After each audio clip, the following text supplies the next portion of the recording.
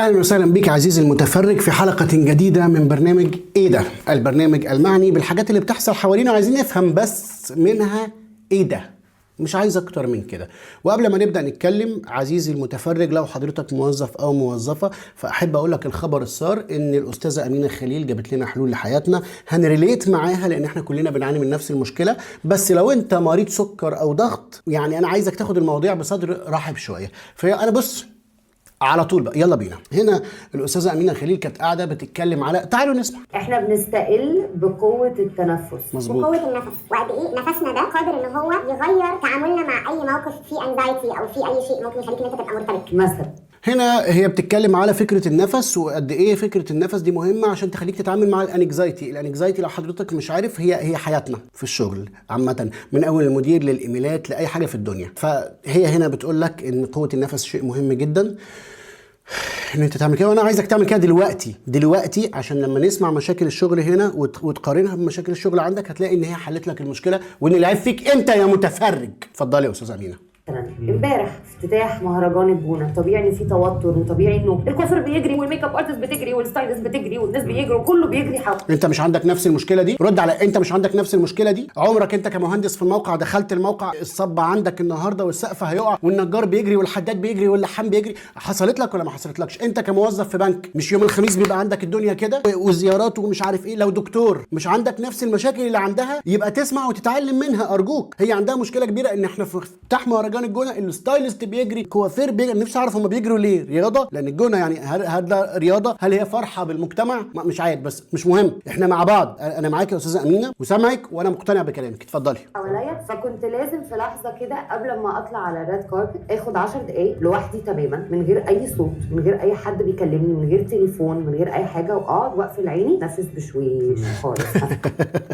انا عايزك حضرتك كمهندس عندك مثلا سب، او كدكتور عندك زياره، او كناظر مدرسه عندك موجه جاي يشوف المدرسين وات ايفر، عايزك تعتزل الناس 15 دقائق، تقفل عينك من غير موبايلات وتقعد تعمل كده. انا بتخيل لو مهندس عنده صبه مثلا النهارده، انا عندي صبه والناس واقفه والنجار واقف والحداد واقف وفي مهندس واقف على ثانيه واحده. بتعمل ايه يا باشمهندس؟ بتعمل ايه؟ بنظم نفسي علشان انا بحاول احل مشاكلي.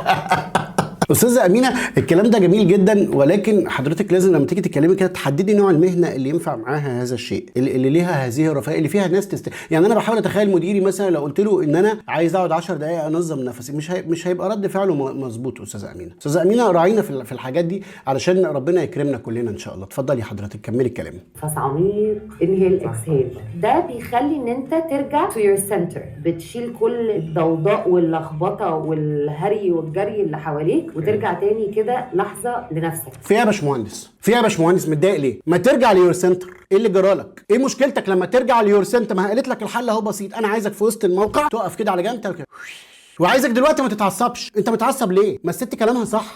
انت مش عايز تحل مشاكلك على فكره. افتكر انا مين، انا فين، انا جايه، انا عايزه ابقى هنا، ده باختياري. الكلام ده بقى مش مظبوط استاذه امينه. لا، نرجع لبعضينا بقى. افتكر انا مين، انا فين، انا جاي، انا هنا باختياري. انا مين؟ انا وليد. انا فين؟ انا في صبه وفي خرسانه اسمها خرسانه. انا مش هنا باختياري، انا هنا عشان ده الشغل وعشان انا محتاج اسدد فواتيري. انا لو عليا عايز اروح البيت وتجيلي الفلوس لحد البيت. انا مش هنا باختياري. استاذه امينه انا هنا مش باختياري، انا هنا عشان مضطر. ارجوكي بلاش كلام بقى يضايق فيه، انا ملصم الناس اللي بتتفرج. انا مبسوطه، فالواحد الحمد بيطلع لله وهو هادي من جوه، حتى لو العالم كله حواليه بيتدهور. دي من اهم الحاجات اللي ده حقيقي. انت كمهندس انا وانت عارفين ان مهما يجرى في الصبه انت بيبقى شكلك متوتر عشان الناس، بس انت من جوه هادي عشان انت نحست حبيبي. انت نحست، انا وانت عارفين ان انت نحست. يلا مش مشكله. لا اي ثينك بتفرق معايا قوي في كل يوم. تخيل لو انت صاحي مدلوق من السرير وبتبدا يومك وعندك 50,000 مكالمه تليفون وبتخش على السوشيال ميديا ومين بيكلمك بيزعق عايز ايه، اتس تو ماتش. انا حياتي تو استاذه امينه والله العظيم انا حبيتك. انت حاسه بينا. انا في التو ماتش ده وتعبان قوي والله، وفي ناس كتير في التو ماتش ده وتعبانه قوي. بس